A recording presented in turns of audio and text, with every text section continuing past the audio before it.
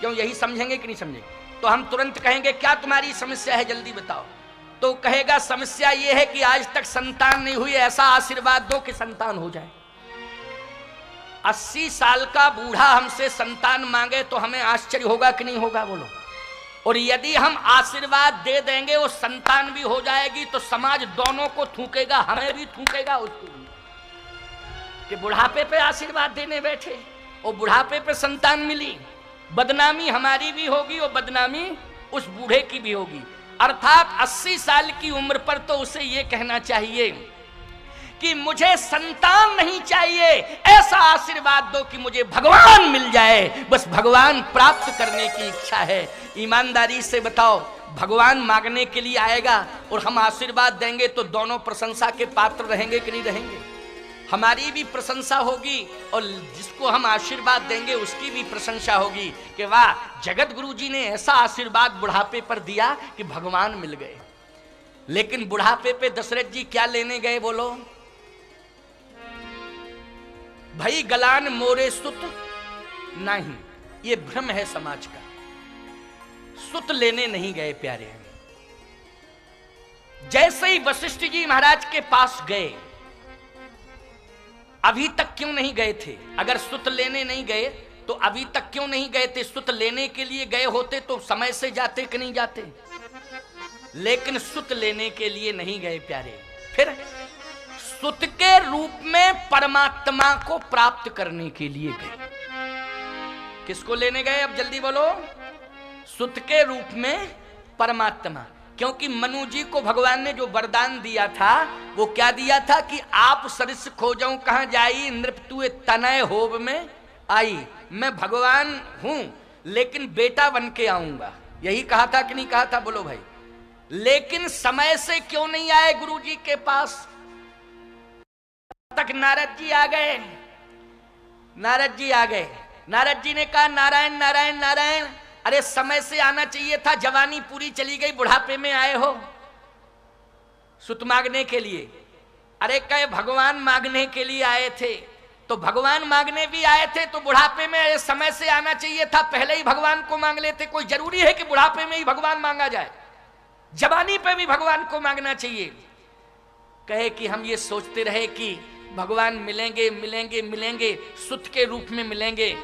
तो दशरथ जी ने कहा कि सुत के रूप में मिलेंगे मिलेंगे, ऐसा सोचता रहा। नारद जी ने कहा जवानी में क्यों नहीं आए? वशिष्ठ जी ने कहा नारद जी शांत रहो, कोई बात नहीं, देर आए आए, देर से आए आए, आना चाहिए था आ गए। लेकिन अब आप ये कहना चाहते हो कि अभी विलंब से क्यों आए, जवानी पर आना चाहिए था। तो याद रखना, ये सुत मांगने नहीं आए बल्कि सुत के रूप में भगवान को मांगने के लिए आए हैं। और याद रखना नारद, संतान का संबंध अवस्था से है लेकिन भगवान का संबंध आस्था से है। आस्था अंतिम श्वास तक भगवान के चरणों में बनी रहे तो अंतिम श्वास में भी भगवान मिल जाता है। बोलो मिल जाता है कि नहीं मिल जाता है? अजामिल जैसे पापी को भगवान बोलो मरते मरते मिले कि नहीं? अंतिम श्वास निकलते समय उसने क्या कहा था? नारायण, अपने बेटे की याद की थी, बोलो की थी नहीं? और बेटे की याद की तो नारायण नाम रखा था, कहा नारायण। और जैसे ही नारायण कहा तो भगवान तुरंत आ गए कि नहीं आ गए? अपने पार्षदों को भेज दिया कि नहीं भेज दिया? और भगवान के पार्षदों ने, धर्मदूतों ने यमदूतों से बचा लिया कि नहीं बचा लिया? किसके प्रभाव से? नारायण के प्रभाव से। अंतिम श्वास में उसने नारायण कहा, भगवान ने सुन लिया और अजामिल का उद्धार किया कि नहीं किया? बोलो, दर्शन देकर के अजामिल का उद्धार किया। इसलिए चिंता मत करो, तुम तो भगवान पर विश्वास रखो। और मैं कहता हूं चलो कोई बात नहीं है, अपनी संतान का नाम भगवान के नाम से रख दो। तो भगवान का नाम नहीं लोगे, अपने बेटा को बुलाओगे, अगर उसका नाम तुमने राम कुमार रख दिया तो 2-4 बार 10 बार बुलाओगे दिन में, तो राम कुमार राम कुमार राम कुमार इधर आओ, राम कुमार राम कुमार, बोलो राम राम राम राम, निकलेगा कि नहीं निकलेगा?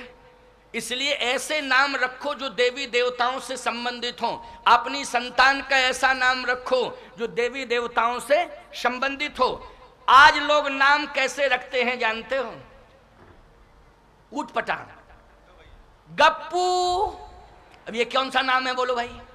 और मरते समय कहोगे गप्पू, तो सीधे भवसागर में डूब के मर जाओगे। गप्प दे चले जाओगे कि नहीं चले जाओगे? बोलो, कौन बचाएगा तुम्हें? इसलिए राम जी के नाम से रघुवंश भूषण श्री राम का नाम हर परिवार में होना चाहिए, हर संतान के साथ जुड़ना चाहिए। दशरथ जी से वशिष्ठ जी ने कहा चिंता मत करो, पुरुषार्थ से परमात्मा नहीं मिलता है, पुरुषार्थ से पुत्र मिल जाता है, लेकिन परमात्मा पुत्र के रूप में मिलेगा, लेकिन अवस्था से नहीं आस्था से मिलेगा। चिंता मत करो, मैं आशीर्वाद देता हूं। धरा हूं धीर हुई है सुत चारी, 4 होंगे। नारद जी बोले एक पुत्र मांगने आए थे, आपने प्रमोशन कर दिया, आपने और 3 बढ़ा दिए, 4 कह दिया। वशिष्ठ जी ने कहा मैंने कुछ नहीं कहा, संत की वाणी भगवंत की वाणी होती है। याद रखना, भगवान ने ही मेरे सामने वचन दिया था। 33 करोड़ देवता थे, स्वयं ब्रह्मा विष्णु महेश थे, मैं भी वहीं पर उपस्थित था, और मैंने अपने कानों से सुना कि भगवान कह रहे थे जन डर पहु मुनि सिद्ध सुरेसा, ओ तुम ही लाग धरि हो नर भेसा, ते दशरथ कौशल्या रूपा, ओ कौशलपुरी प्रगट नर भूपा, तिनके ग्रही अवतरी हो जाई, रघुकुल तिलक सुचारौ भाई। रघुकुल तिलक सुचारौ भाई। तो परमात्मा स्वयं कह रहा था हम अकेले नहीं, अपने साथ 3 सहयोगी लाएंगे। तो मेरी वाणी नहीं है, ये ईश्वर की वाणी है, जो भगवान ने वचन दिया था वही मैं कह रहा हूं। तो वशिष्ठ जी से दशरथ जी ने कहा महाराज कैसे आएंगे? कहा अब तुम चिंता मत करो, मैं प्रयास कर रहा हूं, कैसे आएंगे? कहा यज्ञ के माध्यम से रघुवंश में भगवान आएंगे। किसके माध्यम से आएंगे? यज्ञ के माध्यम से। बोलो, भगवान को इस धरती पर उतारने वाला कौन है? यज्ञ है कि नहीं है? यज्ञ कि नहीं? और रघुवंश में यज्ञ हुआ प्यारे, और उस यज्ञ की ये फलश्रुति हुई। आप ध्यान से सुनना कि यज्ञ जैसे ही वशिष्ठ जी ने प्रारंभ किया, और आज हम देख रहे हैं अति रुद्र महायज्ञ हो रहा है कि नहीं हो रहा है? हो रहा है कि नहीं हो रहा है?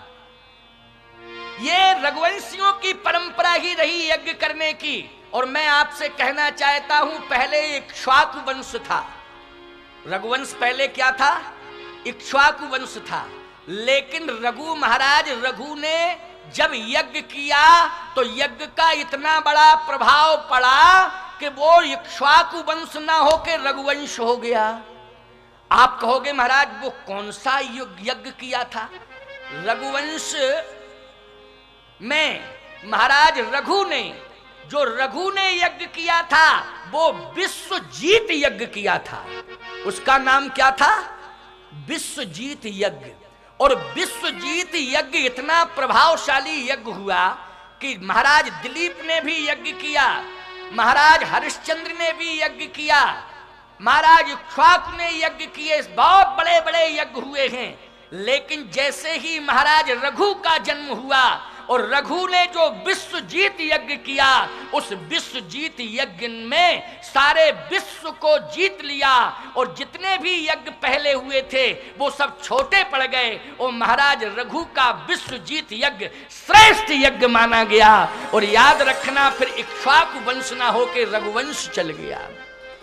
उस यज्ञ में महाराज रघु ने सब कुछ दान कर दिया था, सब कुछ लुटा दिया था। एक मिट्टी का पात्र केवल महाराज रघु के पास बचा था उस विश्वजीत यज्ञ में। और आज भी वंश यदि माना जाता है तो दिलीप के नाम से नहीं माना जाता है, हरिश्चंद्र के नाम से नहीं जाना जाता है, महाराज अज के नाम से नहीं जाना जाता है, महाराज दशरथ के नाम से भी नहीं जाना जाता है। अगर जाना जाता है तो महाराज रघु के नाम से जाना जाता है, इसलिए इस वंश का नाम ही हो गया रघुवंश।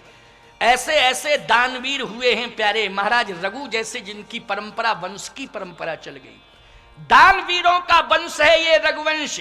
इसलिए आज मैं इस बात को डंके की चोट पर कह देना चाहता हूं, कान खोल करके सभी सभा में बैठे हुए हैं। जैसे विश्वजीत यज्ञ महाराज रघु ने किया था तो रघुवंश रघु के नाम से चल गया, ऐसा ही आज 1111 कुंडात्मक यज्ञ, 1111 कुंडात्मक अतिरुद्र महायज्ञ आज हमारे महामंडलेश्वर स्वामी कनक बिहारी दास जी महाराज ने कराया। इसलिए ये भी विश्वजीत यज्ञ से कम यज्ञ नहीं है, इसलिए उनका नाम हो गया रघुवंश भूषण स्वामी कनक बिहारी दास जी महाराज।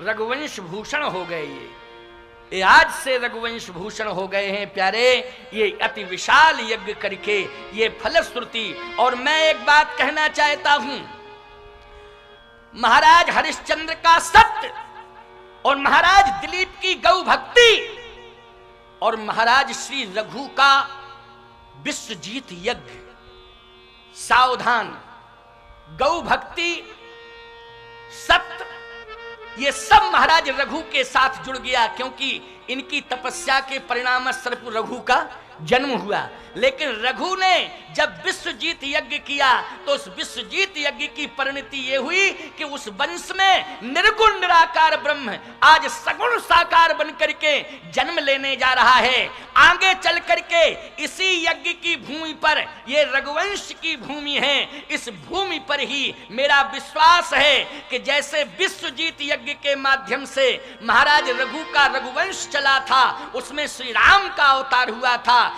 इसी यज्ञ के प्रभाव से रघुवंश में इसी भूमि पर आगे भगवान का अवतार होगा, निश्चित रूप से भगवान का अवतार होगा, ऐसा मेरा विश्वास बोल रहा है प्यारे।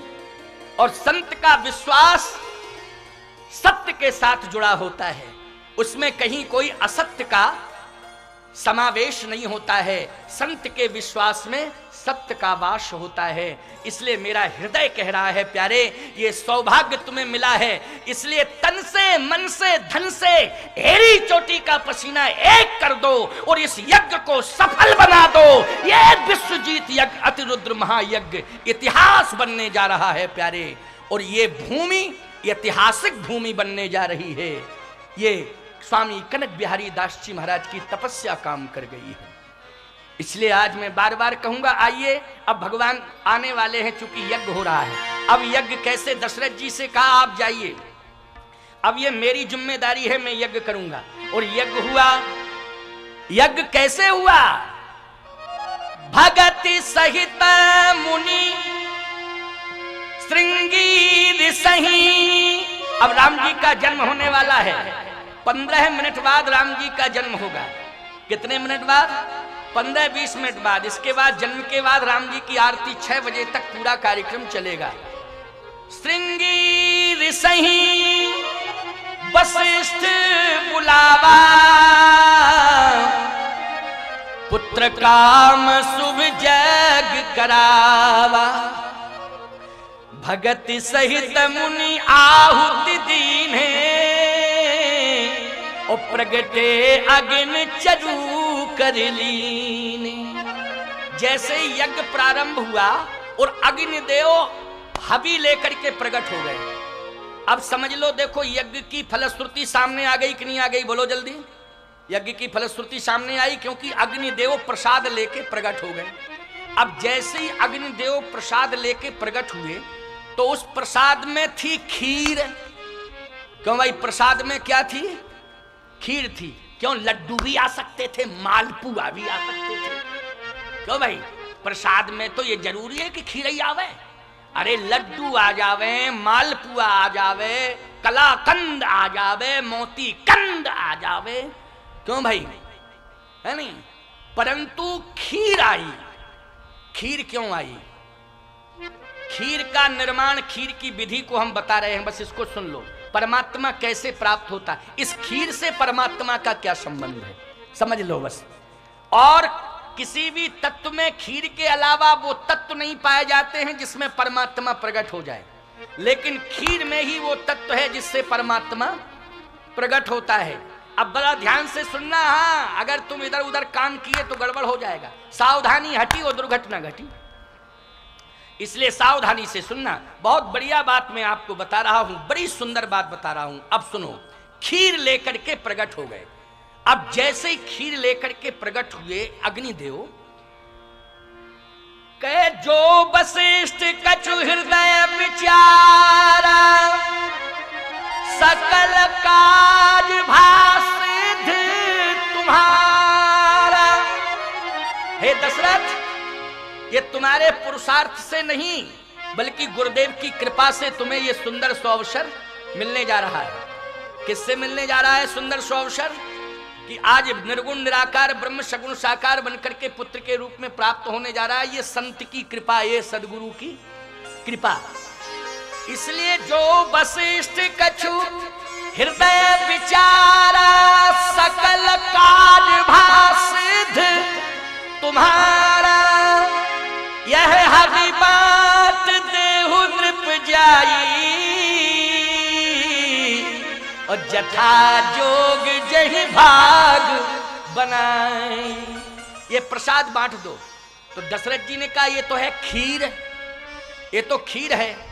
अग्निदेव ने कहा खीर तुम्हें दिखाई दे रही है, लेकिन इसमें 3 तत्व समाहित हैं। अब आप जानते हो खीर में चावल की प्रधानता होती है। क्यों होती है ना? खीर में किसकी प्रधानता होती है? चावल की। और चावल का सहयोग करता है दूध। बोलो, करता है दूध कि नहीं? ये चावल क्या है? चावल धान से पैदा होता है, और धान मेहनत से पैदा होती है। बोलो, तो चावल के साथ कर्म जुड़ा हुआ है कि नहीं जुड़ा है? जुड़ गया ना कर्म। तो चावल किसका प्रतीक है? कर्म का प्रतीक है चावल। अब व्याख्या बहुत अच्छी है, क्योंकि भगवान आने वाले हैं। कैसे भगवान आते हैं उसकी पुष्टि मैं कर रहा हूं। हाँ, बिल्कुल कान लगाए रहना और निगाहें मेरी तरफ रखना, मुझे देखते ही रहना और कान को लगाए रहना। कान में रुई मत लगा लेना। हाँ, कान को खुला रखना बिल्कुल, है ना, जिससे एक एक बात जिंदगी भर याद रहे हमारी। क्योंकि मैं बड़ी सरल भाषा में समझाता हूँ कि नहीं, और इससे ज्यादा सरल मैं कर नहीं सकता हूँ। एक सज्जन बोले, महाराज आप इससे ज्यादा सरल कर देंगे तो क्या होगा? हमने कहा तुम सुन के जाओगे घर, हम जाएंगे अस्पताल सीधे। इससे ज्यादा सरल हमारे दिमाग पर अटैक नहीं हो जाएगा? क्यों भाई? कितना सरल से सरल करें? आखिर सरल करने की भी तो एक क्षमता होती है ना? सरल करने की भी एक क्षमता होती है। तो आइए मैं सरल से सरल करके आपको समझा रहा हूं। चावल की प्रधानता होती है खीर में। चावल धान से बनता है, और धान खेत में बोया जाता है, लेकिन बोने के साथ साथ परिश्रम का समावेश होता है कि नहीं होता है? इसका मतलब है कर्म से चावल पैदा हुआ। अच्छा भाई, चावल का सहयोग अगर दूध ना करे तो खीर नहीं बन सकती। बन सकती क्या? नहीं बन सकती। तो दूध उसमें डलेगा तभी खीर बनेगी। तो चावल है कर्म, और दूध क्या है? दूध है विवेक। दूध कैसे विवेक है? आप कहोगे महाराज दूध कैसे विवेक? अच्छा, दूध पीने वाले बुद्धिमान होते हैं कि नहीं होते हैं? जल्दी बोलो, दूध पीने वाले बुद्धिमान होते हैं। आपने भी कहा बुद्धिमान, लेकिन गाय का दूध पीने वाले बुद्धिमान होते, भैंस का नहीं। इस बात को सुन लो। हाँ, क्योंकि राम जी आने वाले हैं, श्री राम जी का जन्म होने वाला है, इसलिए मैं स्पष्टीकरण दे रहा हूं, भैंस के दूध से नहीं। आप कहोगे महाराज जी आपने तो ये वैसे ही कह दी। वैसे नहीं कहता हूं, आप परीक्षण कर लेना। किसान हो, हर गांव में गाय और भैंस दोनों देखने को मिलेगी कि नहीं मिलेगी? बोलो, हर गांव में। अगर हर घर में नहीं तो हर गांव में मिलेगी कि नहीं मिलेगी? गाय भी मिलेगी और भैंस भी मिलेगी। आपने देखा होगा जब गौ माता अपने बछड़े को जन्म देती हैं, तो बछड़ा जैसे ही धरती पर आता है, और बछड़ा धरती पर आया, गाय माता ने तुरंत जीभ लगाई, और गाय के बछड़े का मुंह जैसे ही दूध से लगा, और दूध का स्पर्श मुंह में हुआ तो उछलने लगता कि नहीं उछलने लगता बछड़ा? बोलो, एकदम छलांग लगाने लगता कि नहीं? बोलो, किस में ताकत है? ये जल्दी बोलो, दूध में ताकत है कि नहीं? अच्छा, वो भैंस का पड़ा, उसको क्या कहते हैं? अब पड़ा कहते होंगे। क्यों? पड़वा की पड़ा? चलो कुछ भी कह लो, पड़वा कह लो, पड़ा कह लो, कुछ भी कह लो। हाँ भाई, ये मालवांचल है, हमारी तुम्हारी भाषा लगभग मिलती जुलती है, ऐसी कोई बात नहीं है। क्यों भाई? मिलती जुलती है कि नहीं? तारतम्य बैठा है कि नहीं? सही। पड़ा जैसे ही पैदा हुआ, अब वो पड़ा। क्यों? पड़ा कि नहीं पड़ा? अब उसे उठाओ, लेकिन फिर भी पड़ा। पड़ा का पड़ा वही है पड़ा। दूध भी पिला दो फिर भी पड़ा। दूध भी पिला दो फिर भी पड़ा, इसका मतलब है ना पड़े में ताकत है ना भैंस के दूध में ताकत है। अगर भैंस के दूध में ताकत होती तो पड़ा कम से कम छलांग लगाता, लेकिन वो हफ्तों पड़ा ही रहता। लेकिन गाय का दूध, गौ मां का दूध जैसे ही जरा सा बच्चे के मुंह में, बछड़े के मुंह में पहुंचता है, बोलो बछड़ा छलांग लगाने लगता है कि नहीं, उछल कूद। ये स्फूर्ति, ये शक्ति गौ माता के दूध में है। इसलिए बच्चों को अगर मेधावी बनाना है तो सबसे पहले मेरा आदेश है कि गौ माता का पालन पोषण करो, और बच्चे को अगर मेधावी बनाना है तो आप गाय का दूध पिलाइए अपने बच्चों को। जब तुम्हारे बच्चे गाय का दूध पिएंगे तो निश्चित है कि कभी भी फेल नहीं हो सकते। और भैंस का दूध अगर पिएंगे बच्चे तो याद रखना 5-5 साल तक एक ही कक्षा में पढ़े रहेंगे, न कक्षा उन्हें छोड़ेगी न वो कक्षा को छोड़ेंगे, वो पढ़े ही रहेंगे, पढ़े ही रहेंगे। इसलिए किसका दूध पिलाना है? गाय का दूध पिलाना है। संकल्प लो कि हम गाय का पालन पोषण करेंगे और अपनी संतान को हम गाय माता का दूध पिला करके मेधावी बनाएंगे, बुद्धिमान बनाएंगे, क्योंकि गाय के क्षीर में, दूध में विवेक का वास है। ये मैंने सिद्ध कर दिया। अब थोड़ा सा आगे सुनिए। क्षीर और नीर, ईमानदारी से बताओ, हंस अगर सामने आ जाए तो क्षीर और नीर का भेद बता देता कि नहीं बता देता? बोलो हंस, कि इस दूध में इतना पानी है, इतना दूध है। इसका मतलब है कि क्षीर और नीर का भेद बताने वाला हंस होता है। सीधी सी बात, दूध में विवेक होता है, इसलिए विवेक के माध्यम से ही हंस क्षीर और नीर का भेद बताता है। तो आओ, जब तक चावल में दूध का सहयोग नहीं जुड़ जाएगा तब तक चावल खीर के रूप में नहीं बदल सकता। अच्छा, अब दूध भी डाल दो, चावल सिद्ध हो जावे, बढ़िया सिद्ध पक जावे, सिद्ध हो जावे, लेकिन स्वाद नहीं आएगा जब तक शक्कर नहीं डाल दोगे।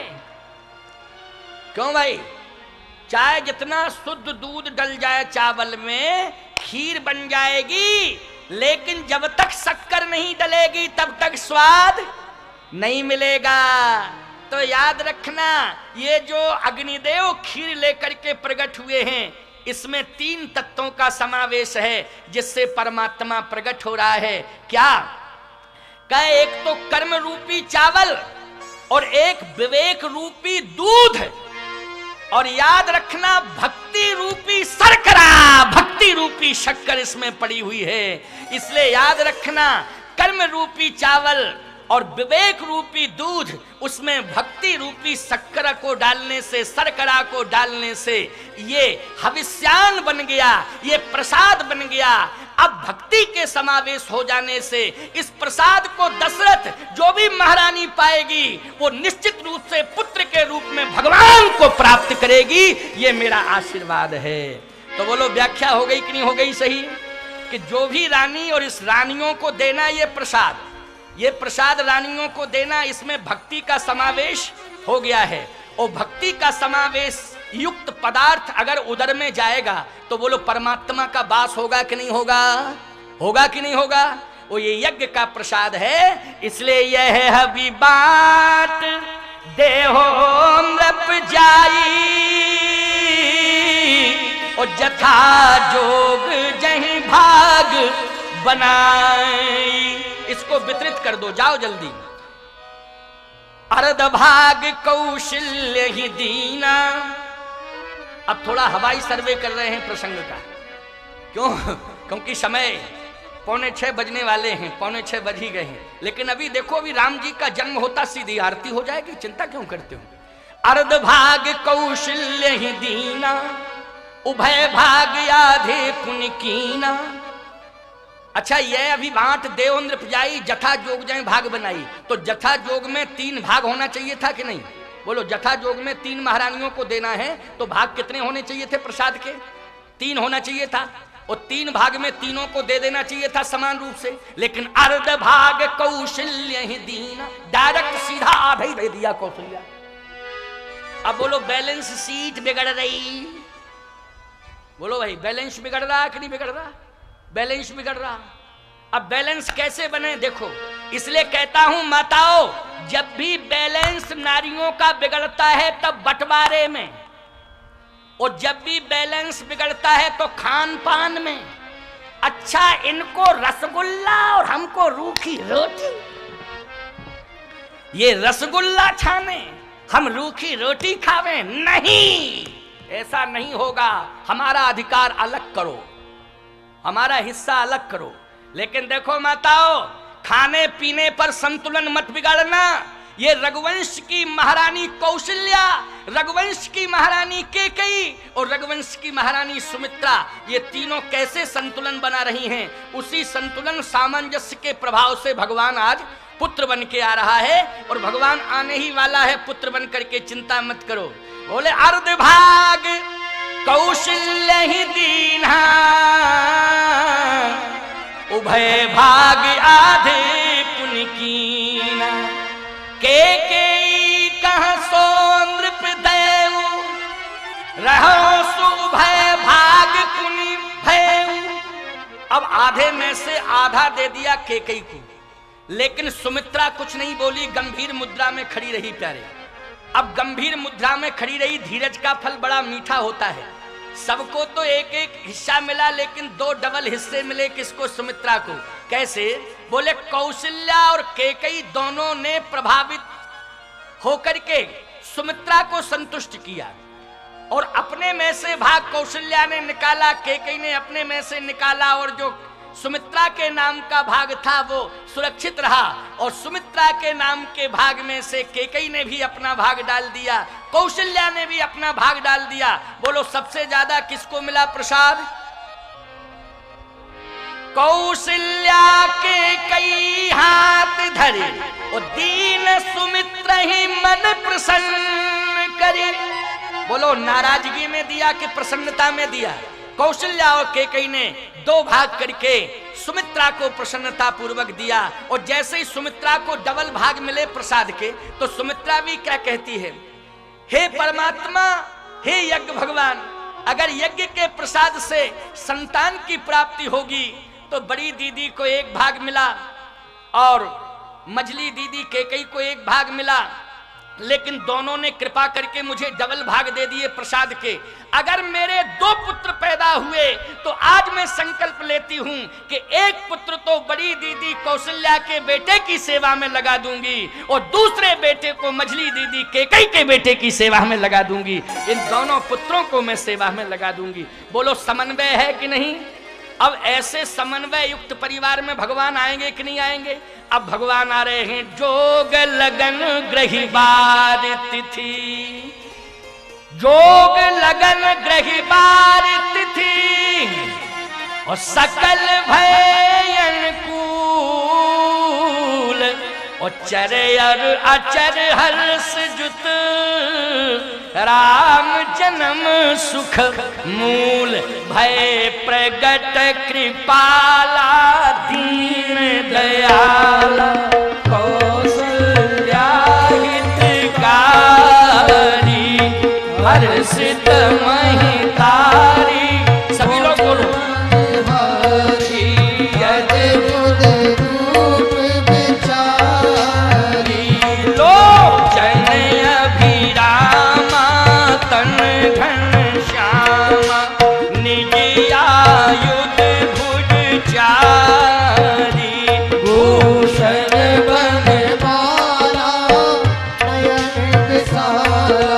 शोभा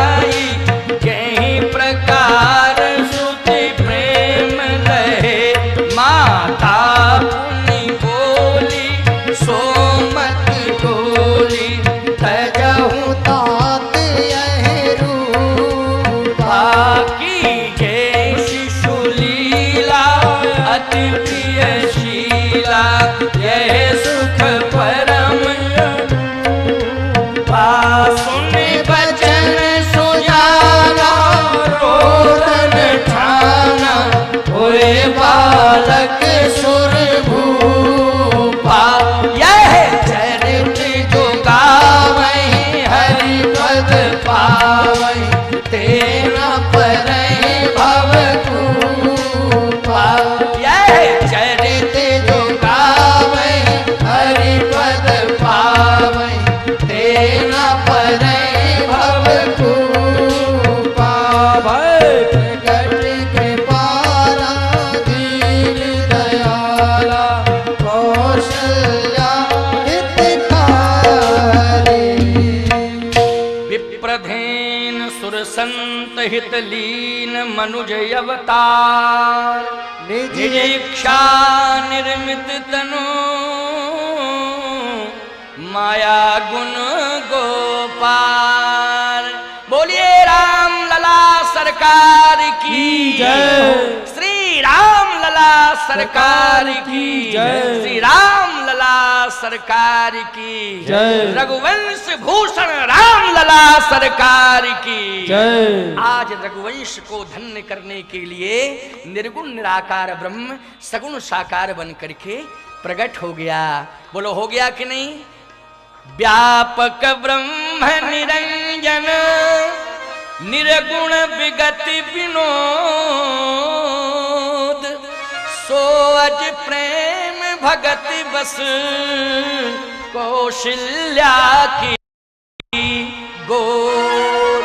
अब कौशल्या की गोद में भगवान आ गए हैं। केवल मात्र 7 मिनट बचे हैं। अब रामलला की थोड़ी आरती करवा दें। और एक बात सुन लो, एक बधाई गीत सुन लो। आज केवल आज एक बधाई, देखो राम जी का जन्म हो गया, कौशल्या जी की गोद में हैं, तो एक बधाई गीत है। आप लोग बढ़िया सुंदर बधाई गीत, बस 2 मिनट का बधाई गीत। इसके बाद सीधी रामलला की आरती, और आरती के बाद फिर यज्ञ का दर्शन और परिक्रमा। और कल अब मात्र शेष बचे हैं कितने दिन? 6 दिन। क्यों? आज तीसरा दिन पूर्ण हो गया, अब 6 दिन बचे हुए हैं प्यारे। इसलिए 6 दिवसों में आपको भरपूर आगे के प्रसंगों की परिचर्चा, प्रसंग बढ़ते ही चले जाएंगे। आपको नए नूतन भावों से हम अवगत कराते जाएंगे और आपको श्रवण कराते जाएंगे। संख्या बढ़ती जा रही है, आप भक्त श्रद्धालु बढ़ते जाएंगे, पांडाल बढ़ता चला जाएगा, बैठने की पर्याप्त व्यवस्था की जाएगी। यहाँ समिति के लोग, यज्ञ के पदाधिकारी सभी व्यवस्था में लगे हुए हैं। मैं सभी को आशीर्वाद देता हूँ। अब एक बधाई गीत, इसके बाद आरती। आरती लेकर के ही सब जाना, रामलला की बिना आरती के कोई ना जाए, क्योंकि बड़ी प्रसन्नता है कि रघुवंश में श्री रामलला का जन्म हो गया है। इसलिए एक गीत, बस 2 अवधि में जन्म राम सलोना। अवधि में जन्म राम सलोना। अवधि में जन्म राम सलोना।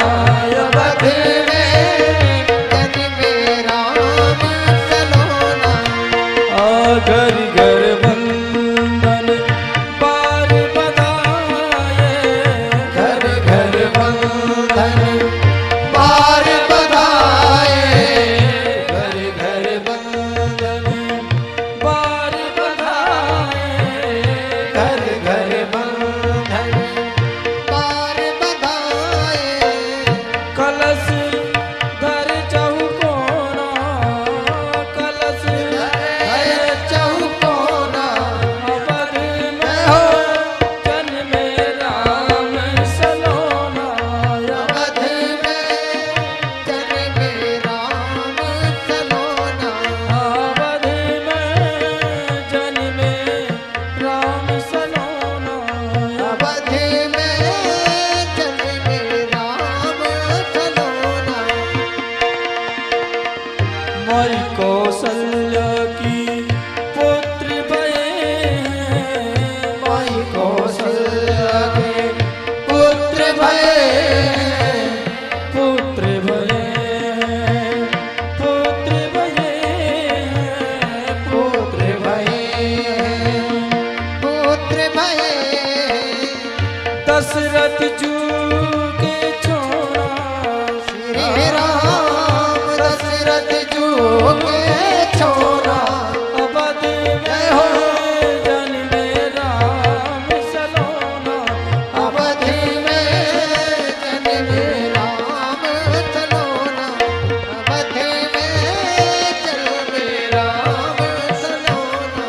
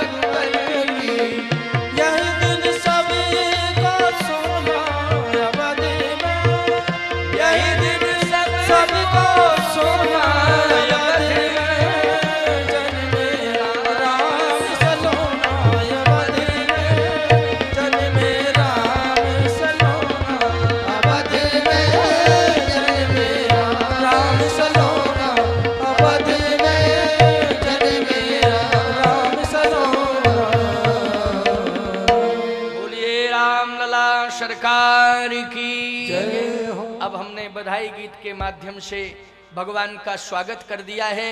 आरती का समय है ठीक 1 मिनट कम 6। अब आरती प्रारंभ की जाए, इसके बाद में फिर अन्न यज्ञ आदि की परिक्रमा दर्शन। हेलो, बोलिए राघवेंद्र सरकार की जय। सभी लोग अपने स्थान पर रहेंगे और कथा समापन के बाद सभी लोग भोजन प्रसादी की व्यवस्था है, प्रसादी लेकर ही जाएंगे। अभी मैं आमंत्रित कर रहा हूं हमारे जोड़ा से आरती के लिए आएंगे हमारे यज्ञ के मुख्य यजमान सम्माननीय दादा अजय सिंह जी रघुवंशी जी मंच पर आरती के लिए पधारे हैं। साथ ही डॉक्टर विमल चंद जी ओसवाल जी, श्री हरि बाबू जी अग्रवाल, श्री रवि तिवारी जी, श्री वीर सिंह जी रघुवंशी जी पूर्व मंत्री जी, श्री हरि सिंह जी रघुवंशी पूर्व विधायक जी, श्री प्रहलाद सिंह जी रघुवंशी जी, छोटे बाबा पटेल बाबा आदरणीय सम्माननीय पटेल बाबा जी, छोटे बाबा लखनदास जी महाराज जी, सभी सम्माननीय जन, श्री नरेंद्र सिंह जी रघुवंशी जी मंडी अध्यक्ष, श्री प्रहलाद सिंह जी रघुवंशी जी, श्री शैलेंद्र जी रघुवंशी जी, सभी लोग आरती के लिए पधारे हैं। साथ ही सुबह मैंने जो घोषणा की थी प्रतिदिन के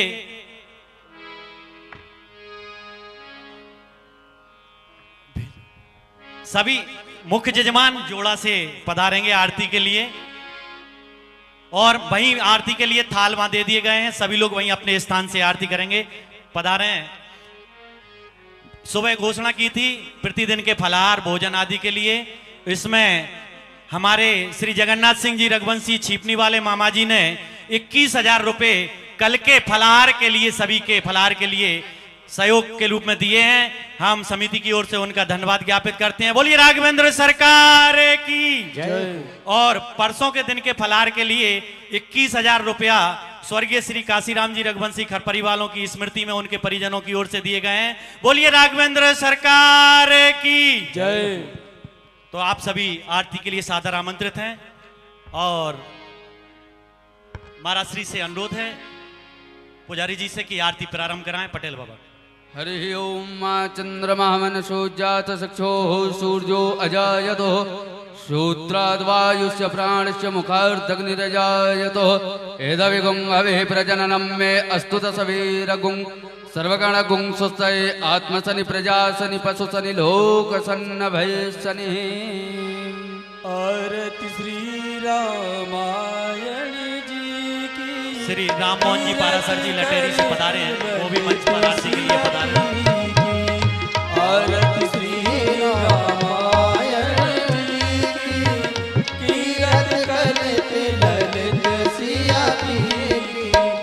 कावत ब्रह्मा दिग मुनि नारद वाल्मीकि भी। ज्ञान विशारद कावत ब्रह्मा दिग मुनि नारद वाल्मीकि भी। ज्ञान विशारद सुख सनकाद शेष और शारद परन पवन सुत कीरत लीगी। आरती श्री रामायण जी की। कीरत कलित ललित सिया की। कावत वेद पुराण अष्ट दश छनु शास्त्र सौ ग्रंथन को रस। कावत वेद पुराण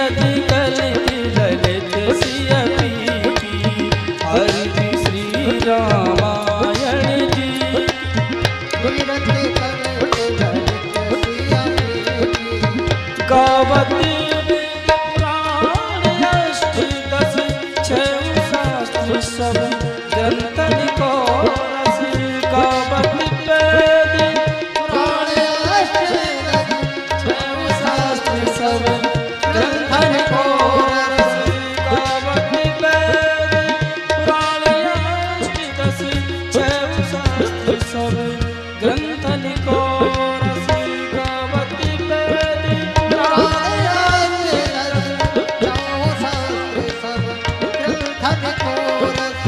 मुन जन धन सम्मत सब मुन जन धन सम्मत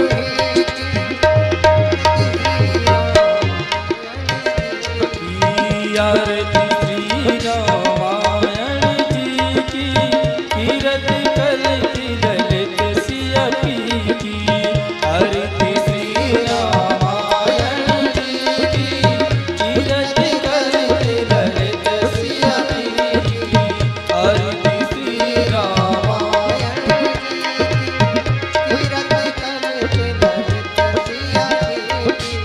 गावत संतत शंभु भवानी अर्गत सम्मो मुनि विज्ञानी गावत संतत शंभु भवानी अर्गत सम्मो मुनि विज्ञानी गावत संतत शंभु भवानी अर्गत सम्मो मुनि विज्ञानी गावत संतत शंभु भवानी अर्गत सम्भव मुनि विज्ञानी व्यास आदि कवि बरज बखानी कर्म सुनि गरुण के ही की आरती श्री रामायण जी की कीरत कलकी ललित सिया पी की श्री राम जय राम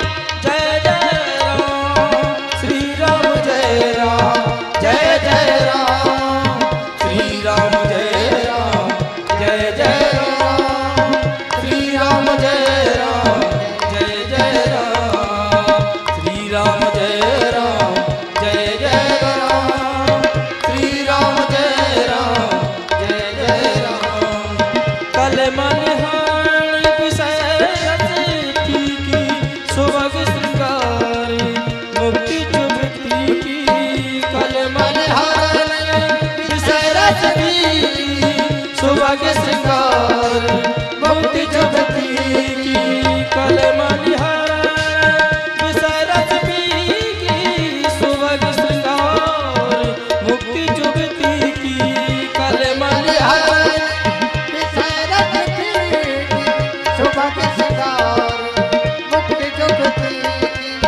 दलन रोग भव मूली अमी की दलन रोग भव मोरे अमी की तात मात सब विधि तुलसी की आरती श्री रामायण जी की कीरत कलकी ललित सिया पी की आरती श्री रामायण जी की श्री राम जय राम श्री राम जय राम जय राम श्री राम जय राम जय राम श्री राम जय राम जय श्री राम जय राम जय राम श्री राम जय राम जय राम श्री राम जय राम जय राम श्री राम जय राम जय राम आरती श्री रामायण जी की कीरत कलकी ललित सिया पी की आरती श्री रामायण जी की कीरत कलकी ललित सिया पी की कीरत कलकी ललित सिया पी की कीरत कलकी ललित सिया पी की शीतले करणं पुष्पै देवाभिवन्दनम् हरिः ओम्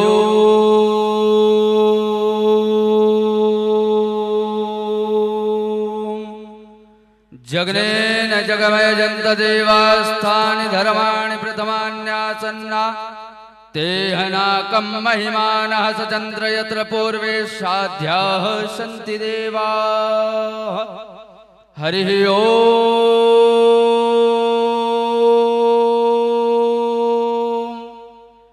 एकदन्ताय विद्महे वक्रतुण्डाय धीमहि तन्नो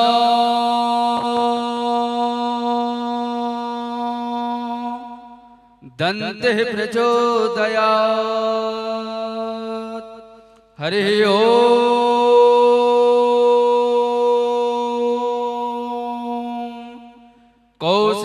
कौसल्यानन्दनाय विद्महे दशरथपुत्राय धीमहि तन्नो श्रीरामः प्रचोदयात् हरिः ओम् अंजनानन्दनाय विद्महे वायुपुत्राय धीमहि तन्नो श्रीहनुमत् प्रचोदयात् सेवन्ति कामकुलचम्पकपाटलाब्जै पुण्यागजात करवेल रसाल पुष्पै बिल्वप्रवाल तुलसी दल मंजुरेभि त्वां पूजयामि जगदीश्वर मे प्रसीद नाना सुगंध पुष्पाणि यथा कालोद्भवानि च पुष्पाञ्जलिर्मयादित्यो गृहाणत् परमेश्वरः मंत्र पुष्पाञ्जलिं समर्पयामि बोलिए अयोध्या नाथ की श्री हनुमान जी महाराज की श्री कामदनाथ भगवान की श्री नरसिंहदेव भगवान की श्री राम लला सरकार की श्री वृंदावन बिहारी लाल की श्रीमद जगत गुरु रामानंदाचार्य भगवान की श्री सद्गुरुदेव भगवान की धर्म की अधर्म का प्राणियों में विश्व का गौ माता की गौ हत्या सत्य सनातन धर्म की नमः पार्वती पतये हर हर महादेव।